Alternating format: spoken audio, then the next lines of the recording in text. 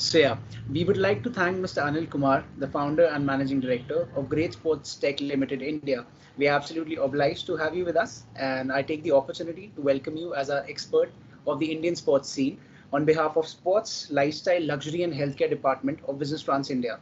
So all the team members are present here, and we hold the ebullience to have your views on the spectre of sports in India.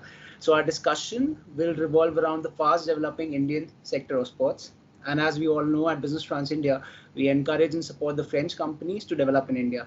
Hence, the objective of our meeting is to shed some light on sports sector from the perspective of the French companies that are willing to develop in India. So, introducing Mr. Anil Kumar. Mr. Anil Kumar is a first generation entrepreneur, qualified engineer, a MBA later polished with an executive development program from Kellogg School of Management.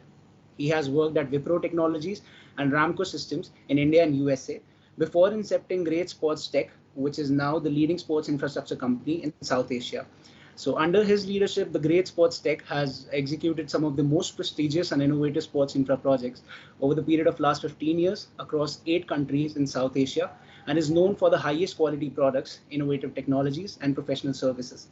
So Great Sports Tech was awarded as India's top 100 SMEs out of 49,000 nominations. Best Professional Service in Sports award by FICCI and the Scotch Achievers Award. His achievements were recognized with the Emerging Entrepreneur Award by CII. He was featured in the Young Turks program in CNBC TV 18 and other business programs like ET Now, NDTV Profit, and in over a dozen business publications like INC, Entrepreneur, Smart CEO, etc.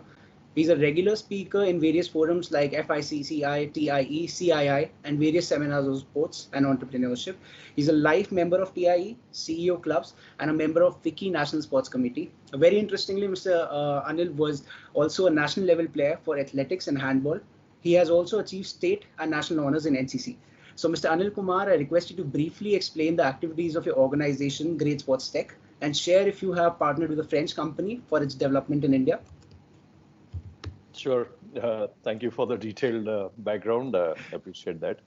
Like you mentioned, we started in 2004, and with the vision that we would like to bring in very innovative technologies into the South Asian market. And basically, the attempt was to see how we can change the dynamics and the economics of the sports infrastructure industry in India. Basically, sports infrastructure by itself has generally not been considered as viable and with any good return on investment. So our aim was to bring in newer technologies that enable facilities to be multi-sport and also multi-purpose, and to see if the facilities could be completely conceptualized and built with lesser than conventional amount of investment and a much faster turnaround time, just making it that much more viable. So with that background, we were the first to introduce a new generation artificial turf in India. We were the first at that time in 2004, where you didn't need to water the turf, and now it's very common. But in 2004, that was quite an innovative introduction. And over the years, we have of course done a lot in some of the conventional sports infrastructure like synthetic athletic tracks and indoor and outdoor sports surfaces. But more importantly, we are known for bringing in other innovative technologies like the sub-air technology, which we have implemented in a cricket stadium in Bangalore. That was the first of its kind installation in a cricket stadium anywhere in the world, where the whole subsurface vacuum power technology ensures that even after heavy rain, the match can be restarted within minutes, because conventionally, because the outfield is wet, many cricket matches get cancelled or postponed because of a wet outfield. So we solved that problem, and the cricket administrators have gone on record saying that every match saved is saving them $12 to $15 million. So that's something that we are proud of. We also do turf protection systems that allow stadiums to be able to hold events. We also do interlocking modular sports tiles. But coming back to the second part of your question, we are indeed partnered with a French company called Alcor Equipments. And the beauty of this technology, it is basically modular grandstands. You can have these grandstands even for temporary events, but very successfully also deploy this for permanent grandstands in a stadium. So compared to a conventional concrete stadiums that you would generally see and associate, large construction of stadiums with, here these are steel components, galvanized steel components that are prefabricated according to a customized design of that stadium, and then just assembled on site. And these are earthquake proof, and obviously by the nature of their design, they are portable. They work out to be less than half the cost of a conventional stadium construction and less than one-fourth the time. And we have had very good success with Alcor in the sense that we have a couple of years back made an installation in India of a 15,000-seater stadium in Mizoram, high up in the mountains at 5,000-6,000 feet above sea level. It's a very, very interesting thing that you can see on Google Maps. And more recently, we have done a 20,000-seater stadium in Nepal for the South Asian Games. Very, very successful partnership with the French company Alcor Equipments. And we believe that the potential with Alcor is extremely high. We already have a few other prospects, both in India and in other countries in South Asia. And I'm sure that this partnership will go a long way. Hope I clarified that. Yeah. It was lovely. Like your activities are very interesting. It was lovely knowing that you have partnered with the French company Alcor, and you're so well offering their products in India. So it brings me to my next question. How come a country like India with a huge young population has not been able to perform at an international level? And in the same aspect, I would also like to understand how the sports sector in India is developing and what are the initiatives taken by the government to support the development. And also, as private players are omnipresent, what according to you is the role of private players in the development? Sure. So the first part of the question, just the fact that India has a large population doesn't necessarily mean, that the large percentage of the population is actually engaged in sports. For a country like India, if you go back over the last many decades, I think the focus has been on education and health and various other basic sustenance, measures, and not necessarily in sports. And if you see, usually the sporting achievement of any country, it mirrors the economic growth of that country. So to that extent, I feel there is far more of an upsurge in the last, say, 10, 15 years, also reflecting India's growth as a large economy, and also showing in terms of some sporting achievements, may not be necessarily in terms of number of Olympic medals, but clearly our footprint in terms of what we're doing at the Asian level at the moment. And in general, the sporting culture that's coming through, is more visible today than it was, say, even 20 years ago. So that is one factor. And I think there's also, going back to your next part, the government has also been increasing their budgets each year. They see this as a important sector to begin to focus on, and therefore increasing the budgets. Even in our own business, though we've been operating for the last 15, 16 years, on sports infrastructure, we see far more investments in the last 5 to 7 years than we have seen in the preceding 10 years. So that's certainly there as an initiative by the government. There are so many more sports initiatives that are supported by them, from scholarships to hostels to regional training centers to all of that. And regarding private players, there are very good trends to show that just like education, where in India, private education has taken up, you have a whole spectrum of people who come in and offer extremely specialized and, global standard education at different price points. Similarly, you also see a lot of academies that are coming up now. In terms of private academies that encourage sports, there are sports foundations, there are specialized coaches at different levels, from fitness to a certain skill. And you also see at a much more broad level, there are these entities, many organizations that are offering physical education as an outsourced activity in many schools, knowing that many schools may not have in-house expertise. They actually develop this on an international standard curriculum. And just the fact that many students now, compared to 20 years ago, I would say that there are I think there's a total of almost 1 million children now between the ages of, say, 8 to 15 who are getting exposed to very structured physical education, not with the intention that all of them will go on to become Olympic champions, but just the exposure to physical fitness and to various sports. And you never know what triggers the interest in some of them to go on and pursue with great passion and therefore churn out champions in the future. But these are all great trends which were never seen prior to, say, 2000 for sure. So absolutely, I think there are many grassroots, greenhorns that you can see around this. Yeah, it was very interesting to understand. Like, I really like the way you mentioned the sporting, the performance in sports measures the performance of the economy. It's very interesting to understand the insights of the sports sector from your point of view, the like how it is evolving since like past 5 to 7 years. It brings me on to my next question: that which are the main fields in the sports sector which holds the potential of development in near future? So this is, in terms of, there are two parts to this question. I'm trying to grapple with, whether you're intending from the perspective of where India may do well. And for that part, I feel it would, if you see, Indians genetically are not very hugely built. And therefore, in sports that require or which are kind of loaded or biased towards a stronger build, India may not do well. But where it is a skill-based sport, and you can see how well we are doing globally in shooting in the recent past. You're a great shooter yourself, and in archery and in so many other skill-based sports, including to some extent where it's a merger or it's a balance of skill and physique, like in badminton. So it's a factor of that as well. So to that extent, that may be the choice of where India may do well as a sporting nation. However, from another perspective, in terms of what opportunities it presents, certainly in terms of multi-sport sports facilities that are catering to various indoor and outdoor sports, and academies, I think these are the ones that are really coming up in a vast manner across the country. And these also, again, by the sheer number, they do offer a great opportunity for companies, both French companies or otherwise. At the moment, these are fairly modest level investments. Most of them are not exceeding, say about 100,000 euros by any means. Many are lesser than that. Some of these are very good pay and play facilities that have a good financial viability of their own.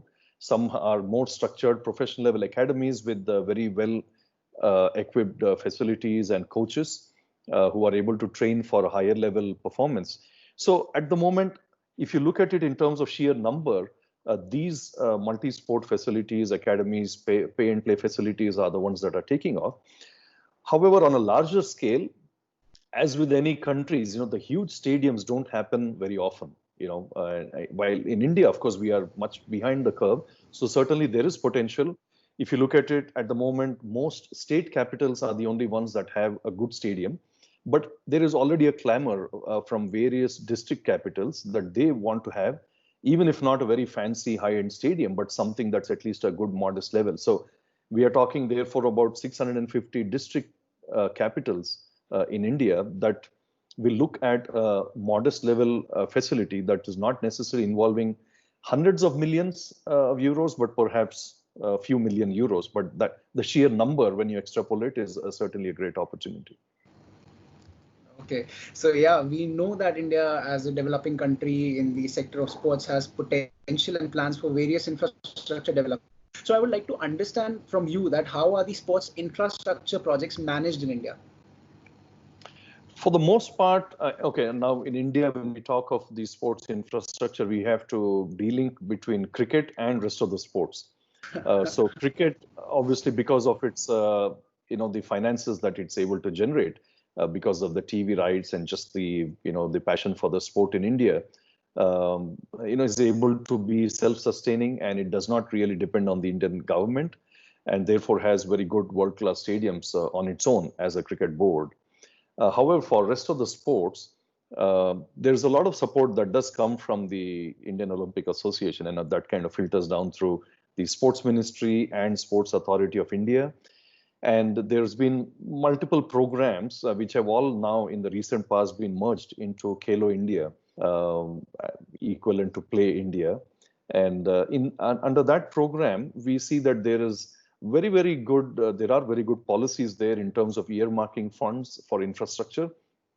You have very clearly laid out policies and guidelines by Sports Authority or Khelo India more specifically, wherein various state governments can actually reach out to Khelo India and ask for these funds to be given to them on a grant, just on some basic guidelines where they say that, okay, those facilities should also be made available to the Indian Sports Ministry or Sports Authority whenever they require. And these are typically over a 30-year period where the land may belong to the local state government.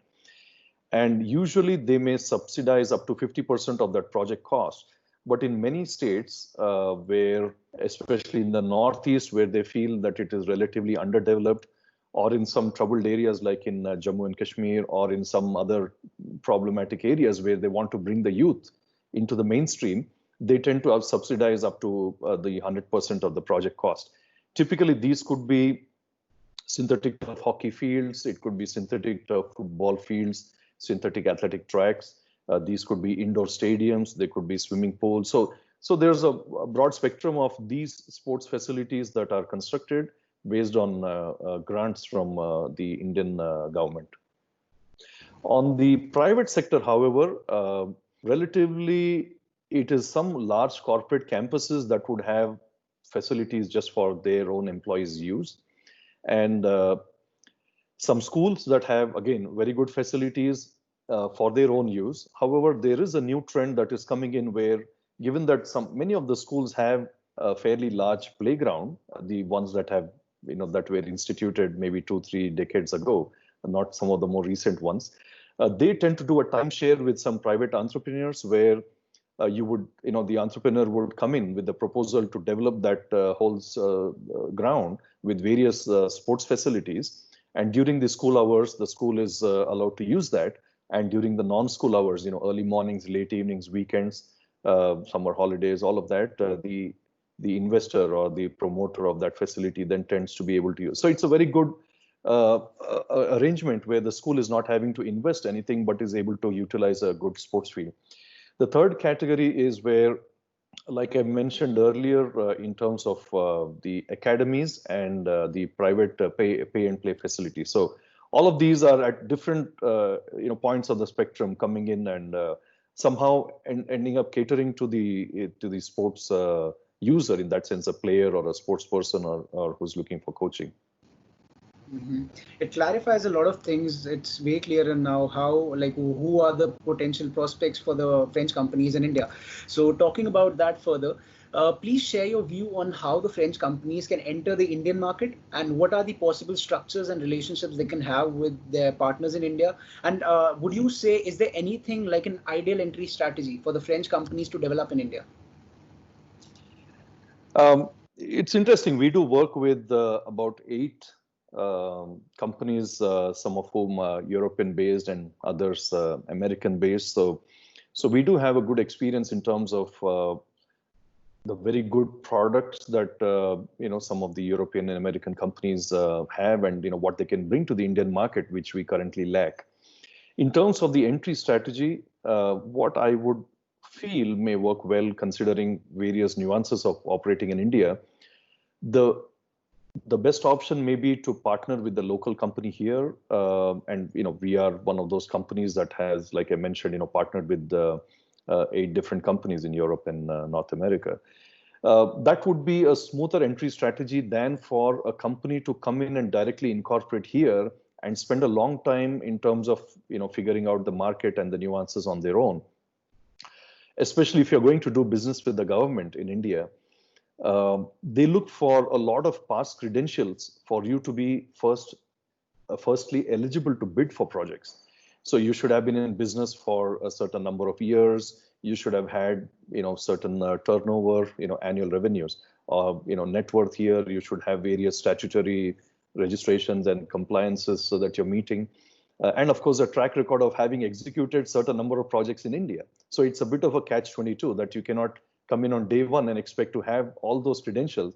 And without those credentials, you're not going to get the credentials anyway. So it's therefore, I think some of whom have kind of figured this way out. And over the years, companies like us, and of course, there are a couple of others, some partnerships would be good in terms of where they can have the benefit of over the next many years. I think the Indian economy, and especially in sports, is going to open up, and they can, certainly partner with the local company for that.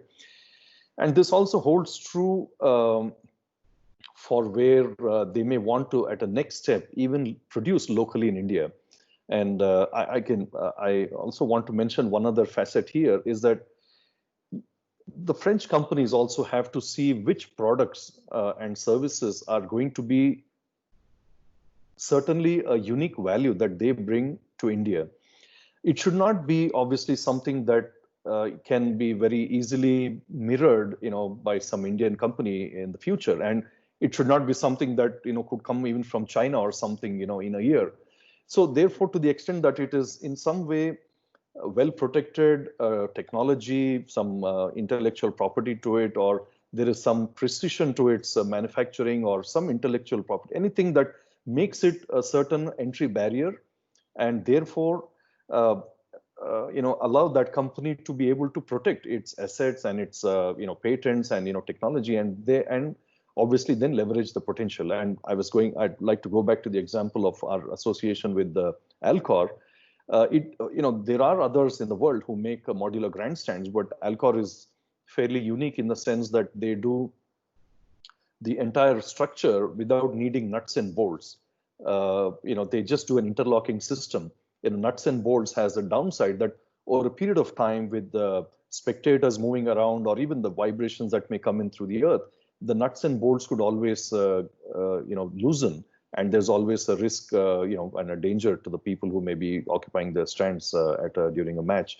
An interlocking system obviously is completely negating that whole thing. So that makes it fairly unique, and something that we are able to position for its uniqueness, and therefore the value it is delivering to the client. And that's why we've had a very quick and successful start with Alcor. I'm sure there are many French companies that would have certain technology that's fairly unique. If they are already exporting to other countries, it means that it is already something that's very good about their technology, which is enabling them to export internationally. So I think as long as they have that figured out, it'll be good. So to the extent that India is already manufacturing or has some local companies that are pretty much doing exactly what a certain French company may be doing, that may not particularly be having a great potential here. So local, initially importing from France, and subsequently, once you have economies of scale, to be even able to produce locally in India to avoid, the shipping costs and customs duties and all that, will make it that much more of a great play if you have, laid out a 5-10 year plan that way. Mm-hmm. Yeah, thank you so much for pointing out the partnerships part. Like, how can the French companies enter to India? And Business France is always there to help support the French companies to develop in India and find them the right partners with the good credentials and good credibility. And so on your second point, that which was very interesting, like the product should be unique and should not be very easily duplicatable or manufactured in India or in China. So it brings me on to my next question. Although you have given a view on that, I would like you to elaborate that, in your opinion, what is the scope of French companies in the Indian market? And can you share any contribution of the French companies in the development of sports sector in India, to frame the solutions of the French companies versus the solutions of the local sports infrastructure providers in India?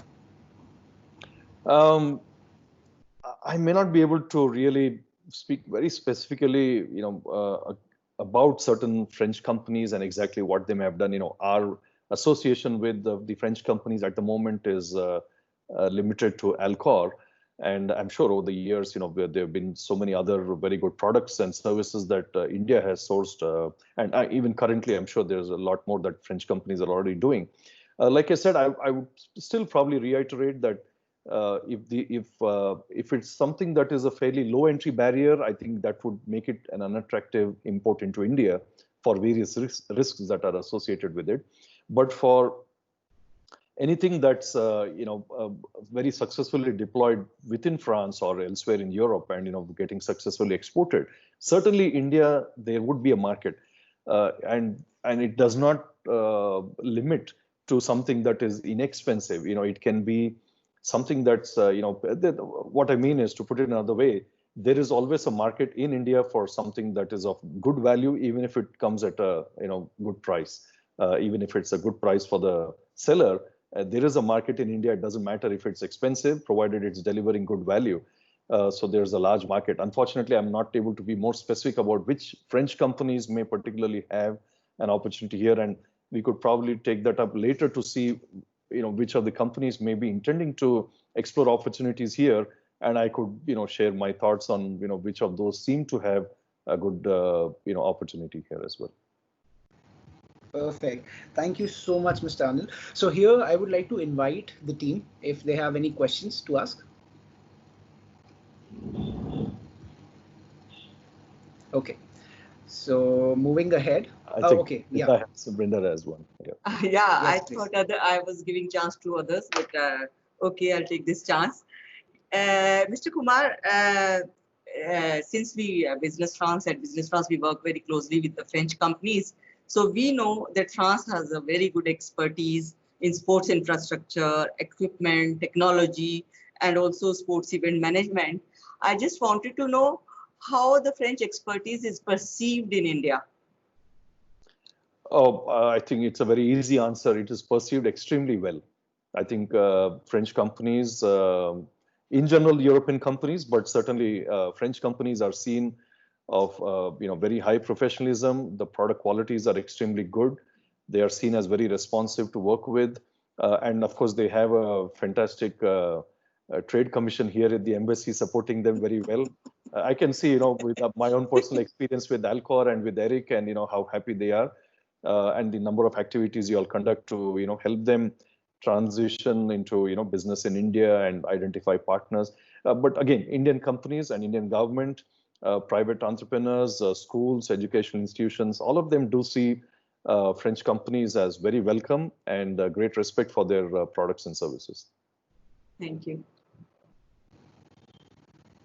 Yeah, thank you. So moving ahead, so we all know that exports to India are still very affected, and this is our attempt to let the French companies know more about India and how maybe the future is going to look like. And definitely, you are the best person with whom we could have had this discussion. I mean, you being an athlete and plus a full-fledged entrepreneur of the Indian sports sector. So as we understand, the sports sector is rapidly growing in India, and there is definitely a need of innovative solutions, which is creating the opportunities for the French companies. So, and I'm sure a lot of French companies who will be watching this would be having a lot of questions, and they are always welcome to write to us. So moving ahead, this is the last section of our video. On behalf of the entire team, I would like to thank you for this discussion and would request you to summarize our discussion and share your view on the sports sector in India and recommendations for the French sports infrastructure companies who are planning to enter Indian market in 3 words each.